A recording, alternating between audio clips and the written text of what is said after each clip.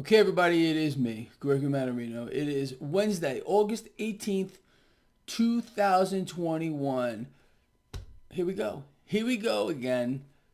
People, I just don't even know what to say anymore, but let's talk about this. So the economic news right off the bat this morning is about home building, also known as housing starts. Well, home building here in the United States literally took a dramatic turn lower.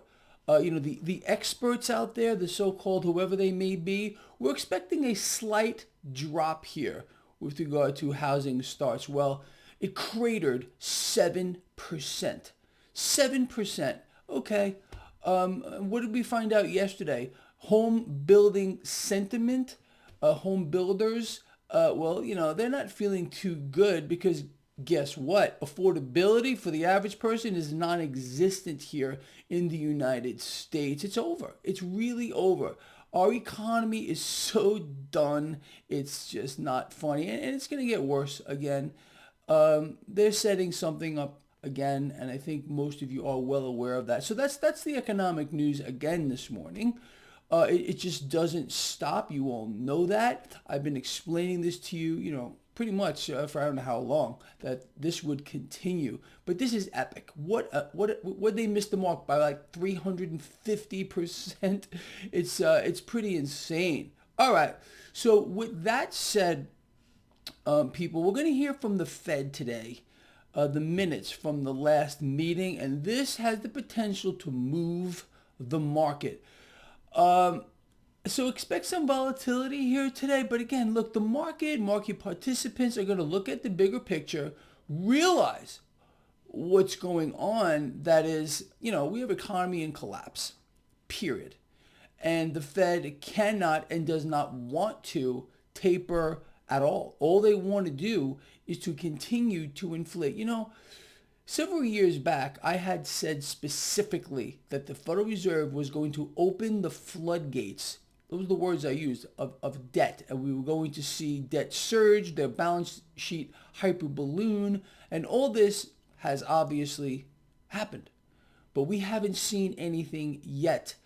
There are still people out here that believe it or not, that the Fed really has the country's best interest in mind. Absolutely not. They have their own agenda, their own interests in mind, and that is to own it all. Central banks are working in concert to issue more and more and more debt. Period. That's it. That's the driver of the markets. And this is why there's no correlation at all. Zero between the stock market and the cratering economy. Why things like, that are supposed to matter, like forward guidance, PE ratios, earnings, it doesn't matter anymore. That's not what's driving the markets. It's the Fed. And that's what's driving inflation. But they're trying to distract you. Oh, no, look, it's the variant. It's the Delta variant. That's what's driving prices that are going to the moon. Inflation here spiking at its fastest pace ever. But it's not the Fed. Remember, that's not the Fed. You can't be allowed to know the root cause of the problem. You must be distracted. You must be misled. Again, that's the agenda here. It's completely out of control. So the Fed minutes today. It's going to be interesting to hear how that works out. It's 2 p.m. Eastern Standard Time, and I'm looking forward to hearing that. And it's going to be interesting to see how the market reacts again off of yet another round of the worst economic news that we can possibly get. It keeps coming. It doesn't stop. Manufacturing, factory activity, debts ballooning here. And the U.S. economy, people, I want you to think about this. We're not growing at all. We are contracting as a percentage of GDP and debt. We are contracting rapidly. But you're not supposed to know that either. I don't know. I think most of you probably don't even listen to the propaganda from the mainstream news outlets. It's so twisted what they're trying to do to people. Anyway, so with that all said, stock futures right now are pointing towards a slightly lower open. We'll see what happens with that. You got the 10-year yield, 1.26 dollar weaker, and crude oil getting bid up. So it's not actually a bad setup for the market, but let's see. Look, people, you understand this better than anybody else. We haven't had a meaningful correction or a pullback in this market, and every time the market drops, it gets bought up. It's not normal for a market to act like this.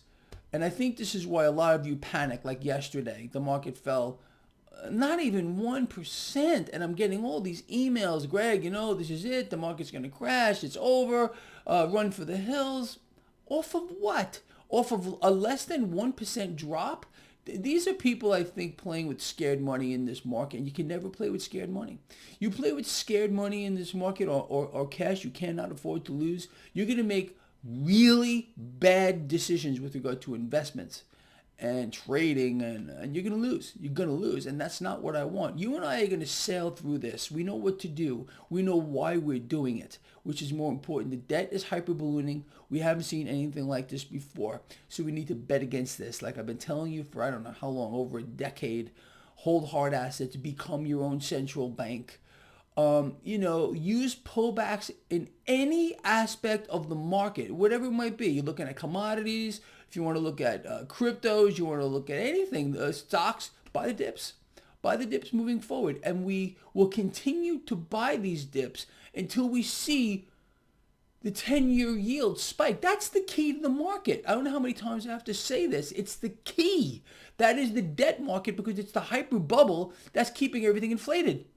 When we see a sell-off in the debt market, and you will know when that happens when you see a spike in the 10-year yield, not a dropping, a rapid spike in the 10-year yield, that's when we know we can't buy the dips anymore.